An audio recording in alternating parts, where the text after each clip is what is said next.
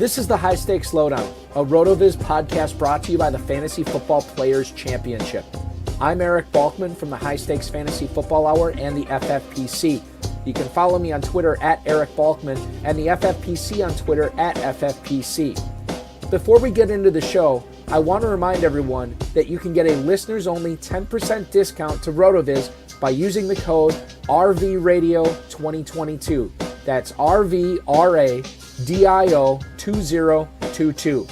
Your subscription gives you unlimited access to all of the RotoViz content and tools, and it supports the podcast channel. Now, without further ado, here's the latest edition of the RotoViz High-Stakes Lowdown.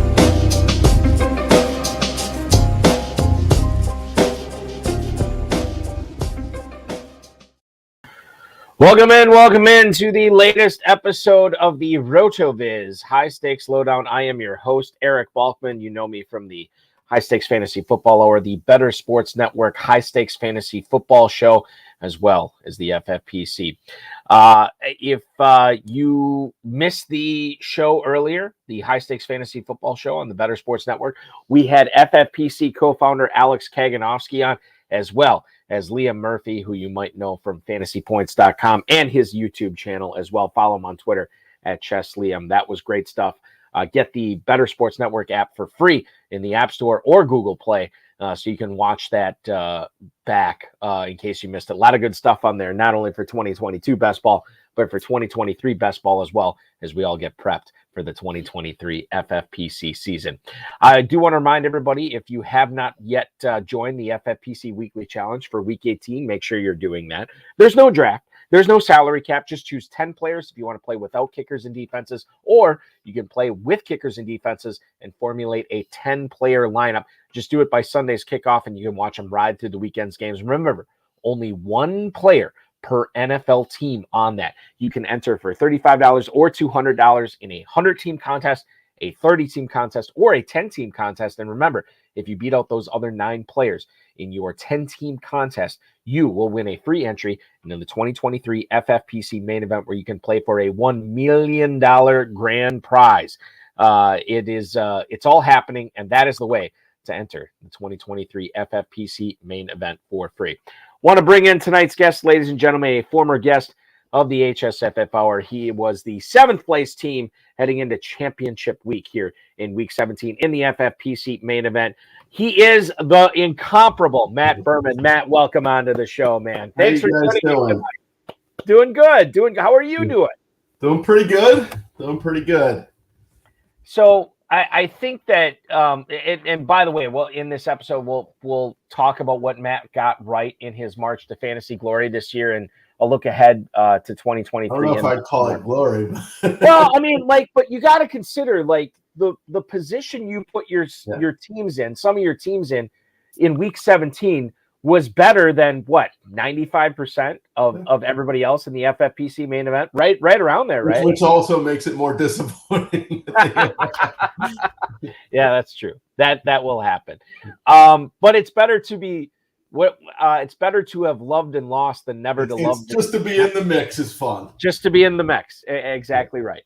Which was great. So let's get into this tonight, Matt, and I think excuse me. I want to kick things off with something you already alluded to. You're not going to win the $1 million this year in the FFPC Main Event. But what was the ride like from birth to death here for you this year? So when you started drafting these teams? I think I've probably been doing FFPC now for 5 or 6 years.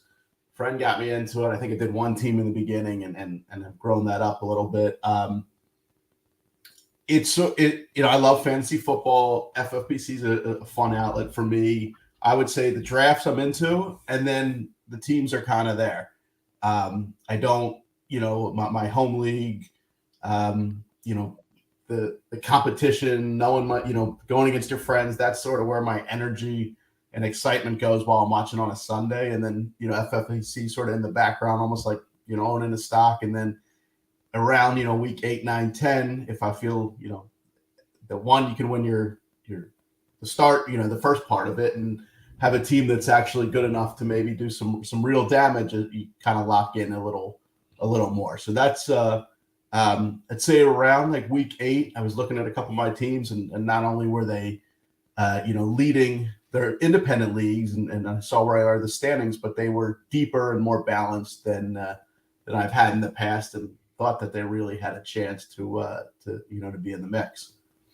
Is that true of how you normally play fantasy football every year? Where I'm as average Joe. I mean, I know you have a lot of guests on that are pros and really good at it and consistent. It's a hobby. I certainly think I'm competitive at it, but it's a supplement for you, right? In terms of, like, when you're paying attention for the first 2 months of the season, you're focused on your home leagues. No question. It's gravy if these teams are good. Right. Okay. Got it. Okay. And as you realized here in, I'd still probably rather win my $200 buy-in. Right. I get it. Especially if I'm up against one of my brothers or something. So when did it, like, obviously it became real for you when you're understanding, like, oh my God, I'm winning my league. Honestly, the first time, because I think when I was last on the show, I was like first or second. It was like week 4, and the team planned out pretty quick. Going into around like week 12, 13, the one team I had that was 7th, I had 2 teams that were good, and the other one was starting to thin out. It was getting injured, but it was top heavy, and I thought maybe it could make some noise. The other team's really where I locked in, and I was like, this is a really good team with guys playing well at the right time. And I was like, this team has a chance to be in the mix. I certainly have never been this far, so I'm not looking at other rosters. And then when you start to dig in, you see how good some of the other teams are and how difficult it is. But, just looking at the roster and the depth and the amount of different options outside of tight end, I was like, it's a really good team. I think, and so when you were going into, I think week 17, you had the team in 7th place in the main event. Did you do anything differently in watching the week 17 games? So actually, starting week 16 is what? Week 15 is the first week of the playoffs. Right. Yep. And I'd started to lock in there. I think I was like 38th, 40th going into the playoffs, but I could tell the team was good, and I was like, this is going to be fun. But it was stressful, and it's obviously a lot of Monday morning quarterback, and there's no way to. So that week, I had Zay Jones in as my flex. All week I had him in there. I wanted to be bold. I want to be different, and then I'm sure every fantasy player does. You start looking at projections and rankings, and I'm like, I'm just being crazy, going with him over Kamara. So I think Sunday, right, 12:15, 12:30, I make the switch to Kamara, and it was a massive difference. 20, 25 points. But the rest of my team played so well that I look at the standings on Tuesday morning, and I'm 7th, and I'm like angry at myself. And I couldn't even enjoy being 7th because the mistake was so obvious and so against my personality, which is to go with my gut and not really worry about the ranking systems, and I felt like just being in the mix made me conservative. So I was disappointed. Never really got to enjoy it, but stayed competitive the second week, and then the third week got off to just an okay start. I could tell right away that it wasn't going to be good enough to win it, but thought maybe it still had Jefferson and Allen to go. That I could get up in that maybe 3rd even, but then Jefferson had the awful game, and there was done. And then obviously the Monday night tragedy, took your mind away from it. But then, the end, it didn't end as exciting as I hoped it would. But I mean, obviously, still fun and definitely fun. When you're in the mix and the prizes are that substantial, it's hard for it not to be fun. But the second guessing and the kicking yourself is way more maddening. Than when you lose to your butt. And also, this is the way the FFPC rosters are. I mean, the decisions you're making are much more complex, and you have these guys that might not have been factors that get hot at the right time. Where another league they might be on waivers still, so it's just it's fun as you look and you're trying to be different but not too crazy. So I enjoyed it. I enjoyed it with both teams that were in it. I want to, for this next question, want you to take in everything that you've done, both in your home leagues, your family leagues, friends leagues, office leagues, as well as your high stakes leagues with the FFPC. When you look at all the players that you drafted during player evaluation season, when you're trying to figure out, who's the best players or who are the best players to get on my team, who's a player that you're really proud of this year, getting on a bunch of your teams that you correctly nailed during drafting season? Like, this is a guy I gotta have. More actually in the FFPC, I thought he was going lower, but then I could do, one of my home leagues, a keeper league, and it's just the rookies tend to go pretty high. But I, the Walker dip that was happening, kind of latter part of summer, he was starting to move in the 10th, 11th round.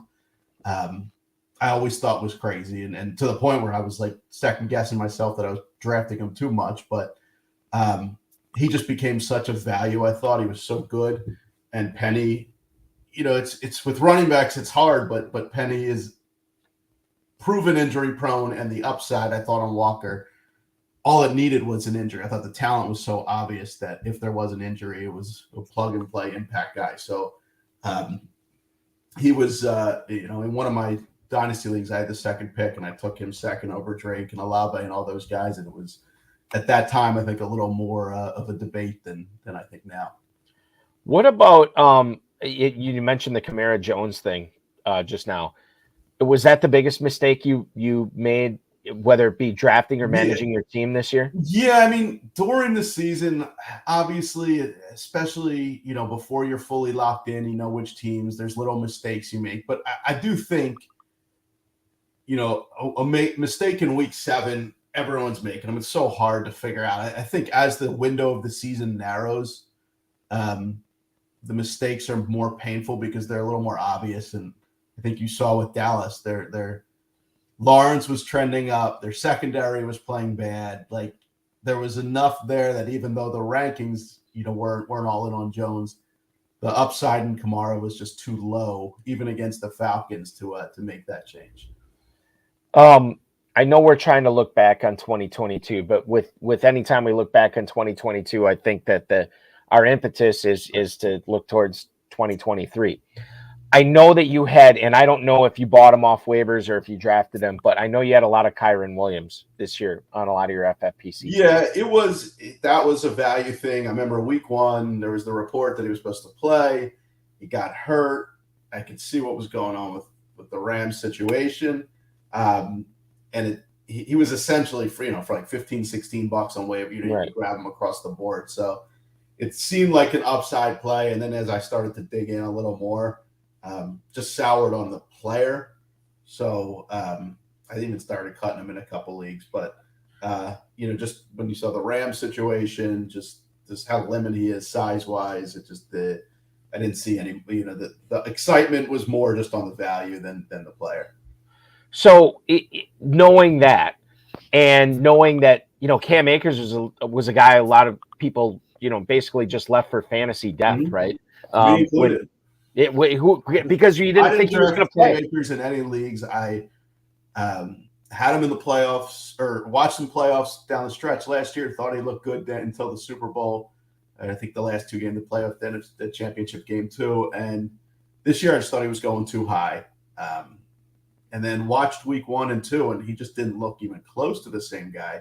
But I don't think it's fluky. I think he's legitimately whether it's health, but it doesn't, whatever's happened in the last 6 weeks, I do think, because I liked him originally coming out, that I do think he's somebody to really watch. And they don't have a lot of money or picks to upgrade that position. So I think he's a guy that, late round 2, early round 3 next year, the FFPC owners will be deciding on him. So if that's where Akers goes, and like you said, not a lot of money, not a lot of draft picks to upgrade the position.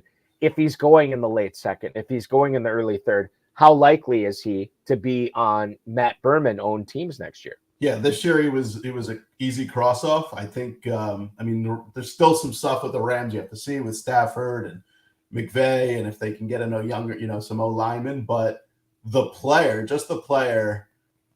it legitimately deserves to go in that area, I think, for the first time. We don't know what the New York Jets are going to do Mhm. at the quarterback position next year. I want to ask you specifically about, because I think they have a lot of young, talented receivers there, and one of them obviously came through for Right. fantasy owners in this year, and that was Garrett Wilson. So with Elijah Moore, with Denzel Mims, with Corey Davis, are those guys just late round picks next year, Yeah, I mean, lottery tickets? going into this year, I one of my big mistakes was probably crossing off Wilson too frequently because of how much I liked Elijah Moore, and I didn't think, at least this year with their quarterback situation, that they could support two impact receivers that were fantasy relevant. So Wilson was so cheap that it shouldn't have mattered, Right. especially by the end. I mean, he was going rounds 12, 13 that you just can't find it. I was taking Julio over him, which is stupid in retrospect, but and part of that was how much I like Elijah Moore, but I think Wilson's the best rookie receiver. If they get a Carr or a Garoppolo, I just think the way they want to play, the defense is young and getting better. I think they'll have Hall back probably late September. I don't know if they want to be a heavy throw team, so it's going to be tough for that second guy to be more of a in best ball. I think more value with an Elijah Moore than I think in a week-to-week league where it's going to be hard to predict when you're getting production. But I mean, how much value about Elijah Moore? Because we'll have best ball stuff launching in a couple of weeks here. He's a guy that I think is the rookie year talent was real. You never know. I mean, I know he had some weird tweets this year, and you don't know if there was off the field stuff. But the player I saw would watch as a rookie, had that Deontay Johnson impact feel to him at some point in the first couple of years of his career. Interesting stuff there with the Jets. You mentioned Elijah Moore's rookie year. You said Garrett Wilson was the best rookie receiver this year, and I happen to agree with you on that. Yeah, just in what eye test. Not I know the stats but eye test. I remember watching Justin Jefferson that first game, and that he played well his rookie year, and you could just see there was a way that he moved and played, and I thought Wilson had that similar juice to how he played. I'm curious as to not only your philosophy on drafting rookies in 2022, Matt. What's your philosophy on drafting rookies, be they running backs or receivers? It's hard. I think what I like about FFPC is every draft is so different. And you could be in one league and, London, could go fourth round. Another one, he can go eighth. So I think you have to recognize how hard it is for any rookie outside of a complete outlier to be a surefire week-to-week starter. But I think you also have to factor in that it's a position where receivers, the good ones emerge pretty quickly. And if everything else is right, especially the quarterback, there's just so much more value than the middling, prospect. Running backs, it's harder. Like I took a lot of Pacheco early, and then he started going up around 6th, 7th round, and then he dropped back 9th, 10th. So they're wild cards, but he's a guy looking forward, next year that I think could be an impact guy. But I think every year is different with rookies, how the draft's falling, what your team's looking like. If you hit your first 4 or 5, round targets and you're pretty comfortable, I think you can be a little more aggressive. If you have to reach or get some guys that you don't love, I think you have to play a little safer in the middle rounds. I just, that's what I like about the drafts. I think there's a team building, art, not a science to it that, and how you factor the rookies in. What about, how did you handle a guy like Breece Hall this year? I thought he was going too high. I'll admit, I did not think he'd be as good as he was, especially catching the ball. I thought Carter was going to just be more of a factor. But there were some leagues where he started to fall into that early 4th, and I was taking Zeke over him, and that clearly was a mistake. I mean, the injury sucks, but you could see right away that just the talent and the pass catching and the feature back was all there. These injuries are big. I mean, him, Williams, some of them are going to come back and be good right away, but it's risky in, a 12-week regular season to have them as an anchor guy. What? So are you probably? I don't. Again, Matt, I don't want to put words in your mouth. Right. But a guy like Javonte Williams, Breece Hall, this coming year, are you more, as it stands right now, you more or less likely to have those guys in your team, considering the injuries they're coming off of? Javonte is my favorite running back. I wanted him in every league. I think I only got him in one, which ended up being a blessing, even though I think he was about to take off there.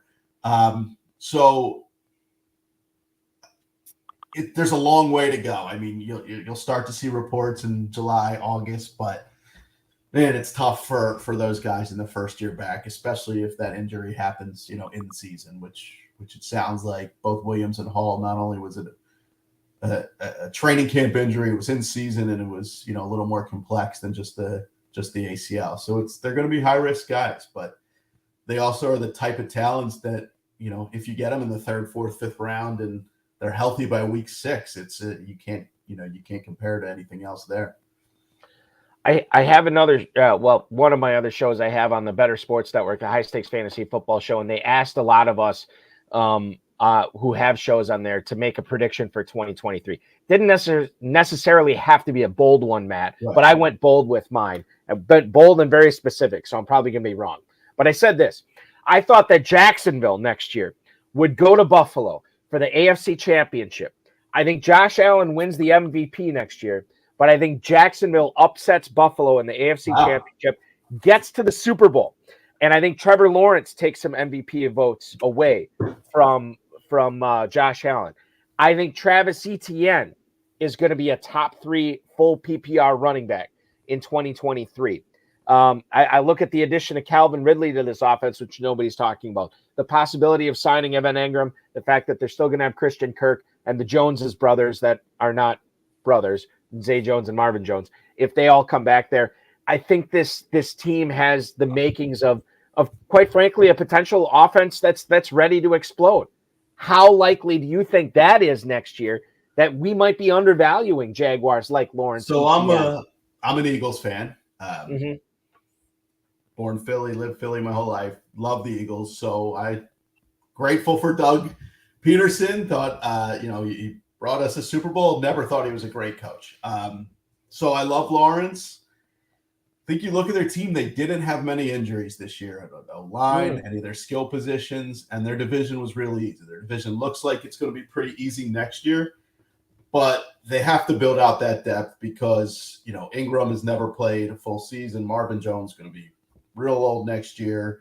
I thought Kirk was better than I thought this year. I don't know on Ridley. I mean, it'll be interesting to see where he goes. There's not a great track record for guys that have been out of football. You saw it with Michael Thomas and Gordon when he tried to come back. That 2 years is a long time. So Watson this year, it's a game. So if they're getting the Calvin Ridley that was on Atlanta, I think that's the piece they need. But when you start to question what they're going to get from him, the receiver draft, well, okay, it's not as top heavy as some of the past years. So I do think they need one more big piece and the same health luck to hit on your prediction. But Lawrence is good enough that they can do it. But I'll probably be everything the other way on a lot of the Jag next year. Could that piece be a running back? Doesn't necessarily have to be a receiver. Yeah, I think it could. I mean, the running back draft is terrific, and I think you could see them kind of going big running back and playing more that way. Than just 4 wide type offense. I mentioned it a couple of minutes ago. FFPC, I mean, the last 3 or 4 years, whatever it's been, we've launched the next season best balls while the NFL playoffs are still going on. I can't officially say we're doing that this year, but I don't anticipate that we would not be doing that this year. So I would imagine people are going to be drafting here, Matt, in a few weeks for 2023. Those people are going to be looking for players who are going to outperform their draft status. Has there been anybody this year, as you've watched the season unfold, that you think you look at that guy and say, man, 2022, it's still too early. 2023, this dude is going to be all that. Who are some of the guys that you think make a big leap in 2023? As I said, I love fantasy football. I think also by this time, like the concept of drafting in a couple weeks blows my mind because I'm mentally, I love the playoffs, and I think I like the playoffs more as just a pure fan watching the games. Sure. So I usually don't even start, eyeing towards next year until a little bit around the draft, and then summer, just really digging in. But I think the tight end position is going to be pretty interesting. I think you have some young guys, Dulcich and Woods and McBride, and Schultz is a free agent in Dallas, so they got some young guys behind there, and then you got a couple high draft picks projected a tight end this year. So I think how tight end shakes out is really going to be maybe the biggest variance between, before not knowing what happens in free agency at receiver. Running back, there's so many free agent running backs, it's so hard to kind of know who's going to be in what situation. But I think tight end has some young talent that one or two of those guys can get into that top 6, 7. All right. So believing that, how would you handle tight ends drafting next year? Are you a guy who's going to be like, oh, I got to get like a, Kelsey I or love somebody? Pitts, but until I think I'm officially would probably be quitting that until their quarterback situation is both one resolved and two, it does look like they want to be a run heavy team, and London's the real deal. So I think Kelsey is still the best, but it gets riskier. I think one of my big FFP mistakes one year is I took Gronk just as he was tailing off in New England. So it's hard to figure out when that drop's coming. So he gets riskier every year, but he's obviously still great. Then you have Pitts. Kittle was all over the map. I love Goddard, but Philly has 2 great receivers. So again, it sort of limits what his upside is outside of an injury. I would probably, I love locking in a tight end in this league. There's a safety in the roster. I feel like I waste a lot of fab when I don't have a tight end, but a lot of my best teams have been finding those tight ends. This year I grabbed Jawan off waivers, and he was as good, week to week, especially with what he could do with big weeks and win games, as anyone you were getting outside of the big names. So I think next year, when you add in the uncertainty, the upcoming rookie class, it's a year I'll probably wait and try to find somebody around 12, 13. And I mean, that could pay off easily for you. So this year with Njoku, who I didn't get enough that I liked, and then Dulcich, who was inconsistent but had a nice little streak on waivers. Woods had a couple games. McBride down the stretch had a few games. And you were able to patch it, I think, again this year. And I think that's where my head is going next year. You mentioned the NFL playoffs. I think I think more than any other sport, this country gets ready for the NFL playoffs because not to talk about other sports here for a second, but I will. There's baseball games and there's basketball games that are obviously very important. But I feel like the NFL playoffs, like it's something like we remember what happened in the divisional playoffs in 2017. We remember what happened in the AFC Championship in 2012. You know what I mean? Like stuff like that. It looms larger. We remember it better. We as a country really get together, no matter who our fandom is. We get together and we watch these games very, very closely. Your thoughts on which players you think are going to stand out in the 2023 NFL playoffs? And if I can get a Super Bowl prediction, how badly are the Eagles going to beat the AFC Cowboys? The Eagles have some health issues that are real, and it's as optimistic as I've ever been about an Eagles team. But the next 2 weeks are a big deal, and with Hurts and Gardner Johnson, obviously they got to get the bye, but it looks likely with the Giants sitting people. But Lane and Gardner Johnson and Sweat, they have a lot of injury stuff to figure out. But healthy, San Fran's good. Minnesota is dangerous. I think Dallas is good, but I do think this is the most balanced Eagles team, and if healthy, they'll get to the playoffs. They will be in the Super Bowl from the NFC. Tacking onto your player question, I'm blown away by how well Devontae Smith has been the last month, and I still think, as good as the numbers have been, he's flying under the radar a little bit, and he could have. I think he's a way better player than Gabriel Davis, but kind of that trademark big playoff game that solidifies him as a how he's viewed in the league. I did not think he was going to be as good as he was this year. I took him on my real good team in the 6th round. I think got him in like the 8th round, but he was there in the 7th round in every league, and do I want him? He is the real deal. Normally, for the last question, I always ask our guests, who do you want to get in your lineups this week? Who's a sit this week? That's going to be an unpopular choice, right?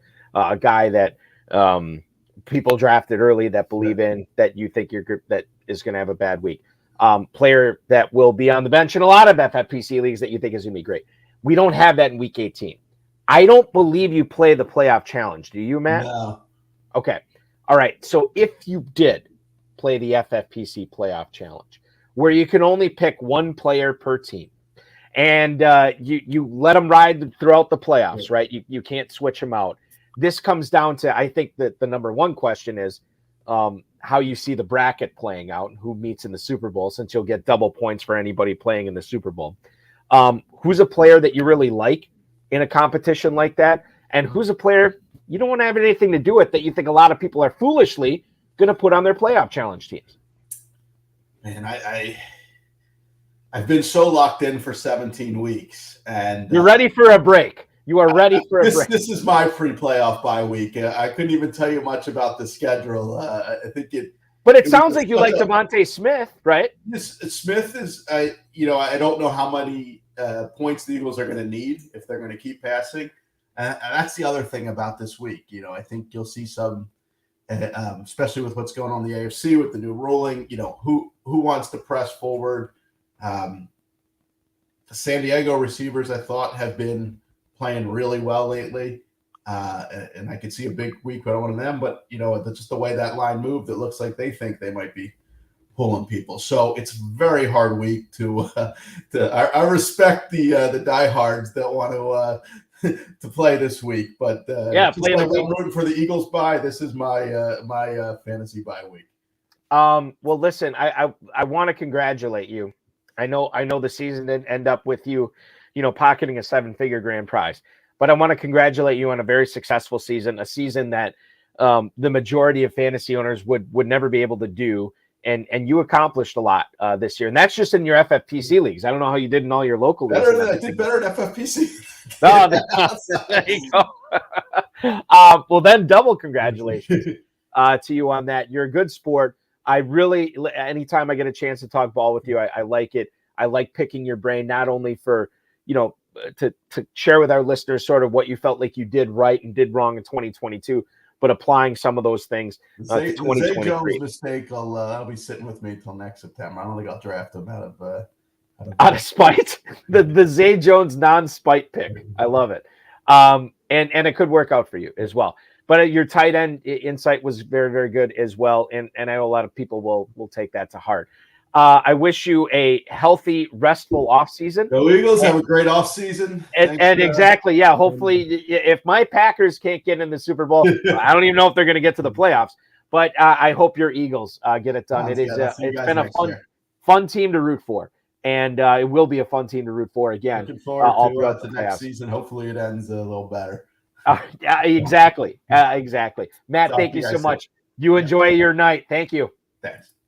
Matt Berman, ladies and gentlemen, the 7th place team owner heading into the FFPC main event, week 17. Good to talk with him. I believe he finished in the top 40 in the FFPC main event this year. A very successful player who I have no doubt will have another great year in 2023, as will we. I want to thank Matt Berman for jumping aboard tonight. I want to thank the FFPC for making this podcast possible, along with with RotoViz.com as well. A couple of programming notes.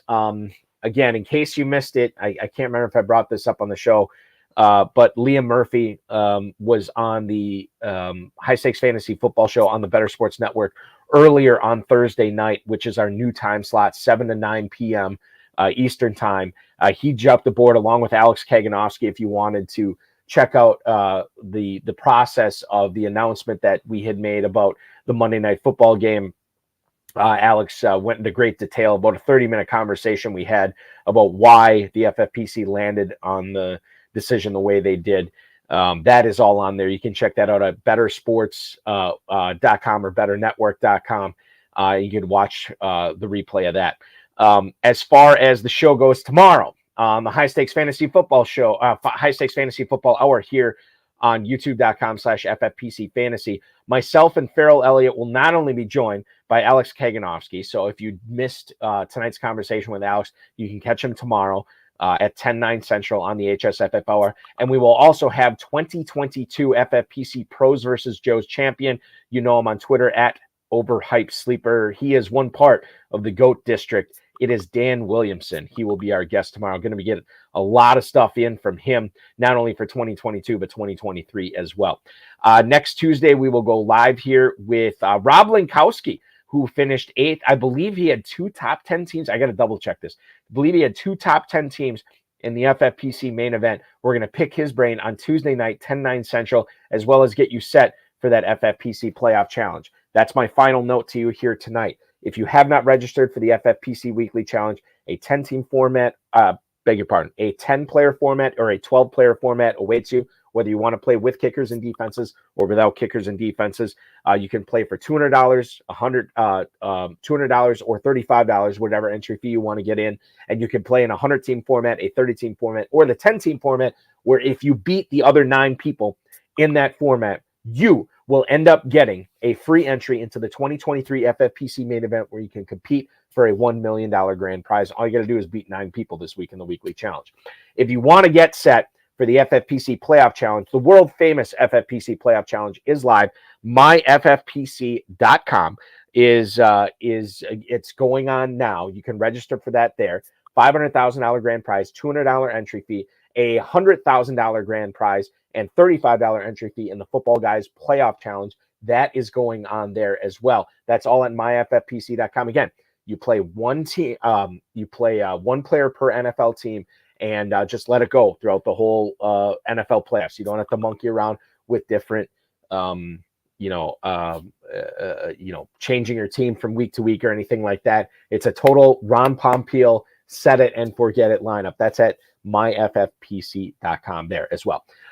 So register for that, and we will see you tomorrow. Myself, Farrell Elliott, and Dan Williamson on the High Stakes Fantasy Football Hour. Thanks so much for watching, everybody. Be good, and we will see you tomorrow night here on youtube.com/FFPC Fantasy.